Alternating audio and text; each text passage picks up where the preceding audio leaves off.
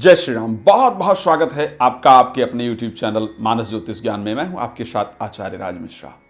हमेशा मेरा एक प्रयास रहता है कि इंफॉर्मेशन इस प्रकार की, जानकारी इस प्रकार की आप तक पहुंचाई जाए जो आपके जीवन को दुख से सुख की तरफ ले जाने वाली हो, जो जानकारी आपको कुमार्ग से सुमार्ग की तरफ ले जाने वाली हो, जो जानकारी आपके परिवार के संस्कार को बेहतर करने वाली हो, जो जानकारी आपके जीवन को बेहतर बनाने वाली हो।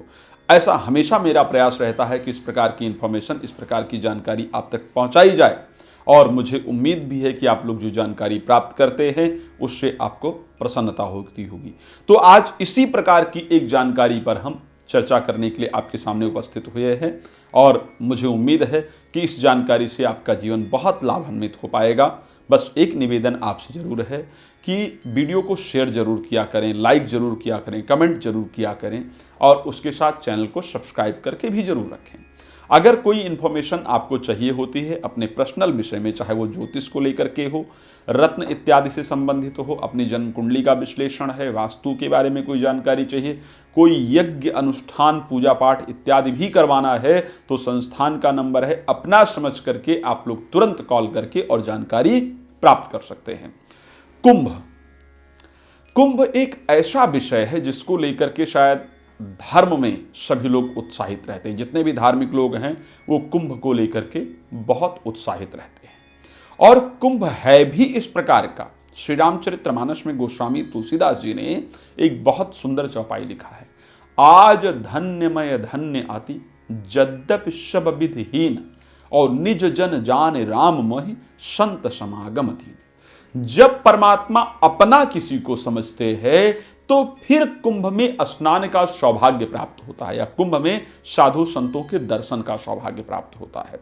हम लोग अपने जीवन को सुंदर बनाने के लिए बहुत सारे उपाय करते हैं। आज इसको ठीक करना है, कल उसको ठीक करना है, ये ग्रह ऐसा करना है, वो ग्रह ऐसा करना है, लेकिन कई बार रिजल्ट हमारे हाथ में नहीं होता है।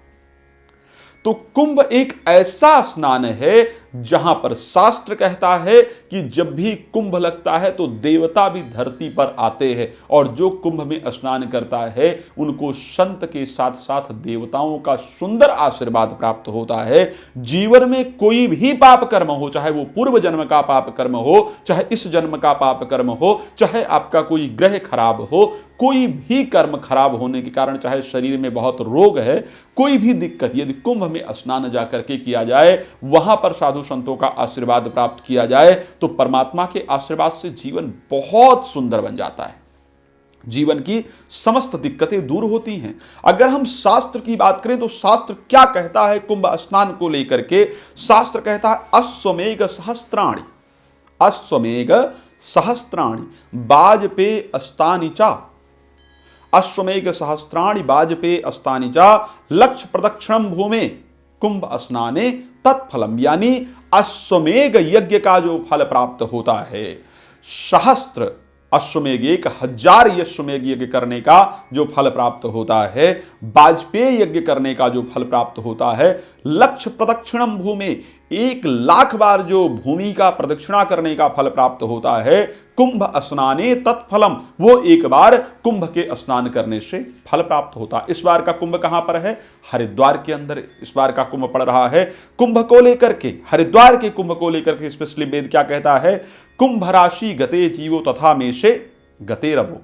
कुंभ राशि गते जीवो, बृहस्पति कुंभ राशि के अंतर्गत हो, मेष राशि के अंतर्गत सूर्य जाकर के विराजमान हो, हरिद्वारे कृतम स्नानम, हरिद्वार के अंदर यदि जाकर के स्नान किया जाए, पुनरावृत पर जन्म, दोबारा धरती पर इस जन्म में बहुत सुख भोग करके व्यक्ति जब तक इस जीवन में रहता है सुख को भोगता है और धरती से जाता है तो अनेक प्रकार के सुख भोग करके फिर दोबारा धरती पर उसको जन्म नहीं लेना पड़ता, इस प्रकार का वेद कहता है। तो इस बार जो कुंभ का पर्व है, आप लोगों को कुंभ की साधारण सी कथा बता देता हूं। आप लोग जानते हैं समुद्र मंथन के समय जब विष की उत्पत्ति हुई, 14 रत्नों की उत्पत्ति हुई, उसमें एक सबसे पहले जो है उसी में जो अमृत निकला उसकी उत्पत्ति हुई, लेकिन उससे पहले विष निकला। देवताओं की आग्रह पर भगवान शिव ने उस विष का पान कर लिया और उसके बाद जो अमृत निकला वो, क्योंकि दानवों ने बहुत अत्याचार फैलाया था तो दानवों से छुपा करके देवताओं को देना था। उस अमृत को लेकर के देव और दानव के मध्य में युद्ध हुआ। उस युद्ध में 4 स्थान ऐसे रहे धरती पर जिस पर अमृत की बूंदें गिरी। 12 स्थान पर टोटल अमृत की बूंदें गिरी, जो 8 स्वर्ग के अंदर है, देवलोक के अंदर है, 4 जो है वो धरती के अंदर हैं। 4 जगह पर जाकर के गिरी। युद्ध 12 दिन तक चला। वो 12 दिन देवताओं के थे, यानी 12 वर्ष अगर देखा जाए तो मनुष्य के 12 वर्ष तक युद्ध चला। और वो 4 स्थान जहां पर वो अमृत गिरा वो कौन कौन से थे? एक नासिक में गिरा, एक हरिद्वार में गिरा, एक प्रयाग में गिरा। इस प्रकार 4 जो स्थान हमारे रहे वहां पर जाकर के वो अमृत का कलश गिरा। इसीलिए कुंभ, अर्ध कुंभ, कुंभ और महाकुंभ का आयोजन होता है। अर्ध कुंभ हर 6 वर्ष पर आयोजित होता है और उसके साथ कुंभ जो है हर 12 वर्ष पर आयोजित होता है और महाकुंभ 144 वर्ष पर जाकर के आयोजित होता है। ये जो कुंभ है ये धरती पर आयोजित होते हैं। उसके साथ अगर देखा जाए तो 8 जो कुंभ का आयोजन होता है वो स्वर्गलोक में या देवलोक में जाकर के आयोजित होता है। इस बार हमें कुंभ का जो स्नान का सौभाग्य है वो प्राप्त हुआ है। तारीख 14 जनवरी से स्नान प्रारंभ होगा। खैर शाही स्नान की कुछ अलग तिथियां हैं, मैं उसको आपको बताऊंगा। कुंभ में कुछ महत्वपूर्ण चीजें होती हैं। क्यों कुंभ? जब बृहस्पति कुंभ राशि या बृहस्पति सूर्य और चंद्रमा से संबंधित ही क्यों है? क्योंकि जब अमृत कलश लेकर के वहां से देवता निकले तो ऐसी परिस्थिति में बृहस्पति जी ने उस कुंभ को छुपाने में मदद किया था, दानवों से बचाने के लिए छुपाने में मदद किया था। सूर्य ने कलश को टूटने से बचाया था और चंद्रमा ने अमृत को छलकने से बचाया था। इस कारण से सूर्य, चंद्रमा और बृहस्पति का विशेष योगदान होता है किसी भी कुंभ के अंतर्गत। तो इस बार कुंभ कब है? अगर इस बार हम कुंभ को लेकर के देखें तो जो शाही स्नान, वैसे तो 14 जनवरी से लेकर के और 26 मई तक स्नान का महत्व रहेगा। इन समय पर जाकर के स्नान किया जा सकता है, लेकिन विशेष स्नान कब होगा? अगर देखा जाए 13 जनवरी 26 मई का पूरा समय है, उसमें प्रथम शाही स्नान, पहला जो शाही स्नान है मार्च 11 शिवरात्रि को होगा। शिवरात्रि 11 मार्च की है, उस दिन प्रथम शाही स्नान होगा।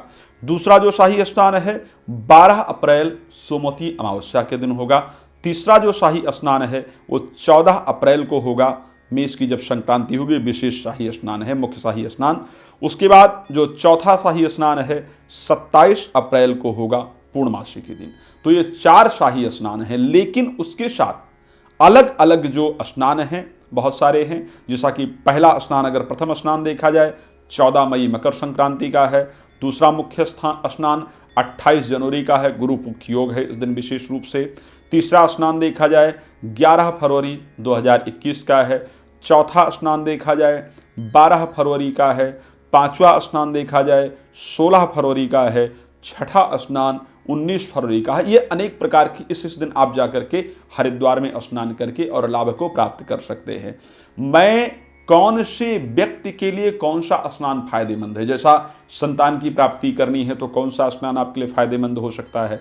विद्या अध्ययन में मन नहीं लग रहा है तो कौन सा स्नान फायदेमंद हो सकता है?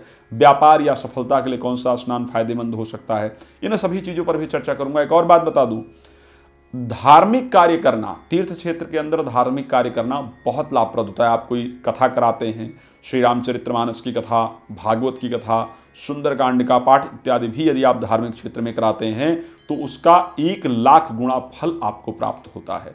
अगर आप कोई भागवत कथा कराना चाहते हैं, श्री रामचरितमानस की कथा कराना चाहते हैं कुंभ में, या फिर सुंदरकांड का पाठ इत्यादि कराना चाहते हैं तो भी आप संपर्क कर सकते हैं। हम ये सभी कार्य आपके लिए निश्चित रूप से करेंगे और परमात्मा का आशीर्वाद आप तक पहुंचाने का प्रयास करेंगे। तो आप लोग सुख रहें, प्रसन्न रहें, परमात्मा का आशीर्वाद आप पर बना रहे। लेकिन कुंभ स्नान जरूर कीजिएगा। अगर वहां नहीं जा पाते हैं तो गंगा जल डाल करके उस दिन स्नान करें। ये प्रयास करेंगे, परमात्मा का आशीर्वाद बना रहेगा। इन्हीं शब्दों के साथ अपनी वाणी को विराम दूंगा। जय श्री राम।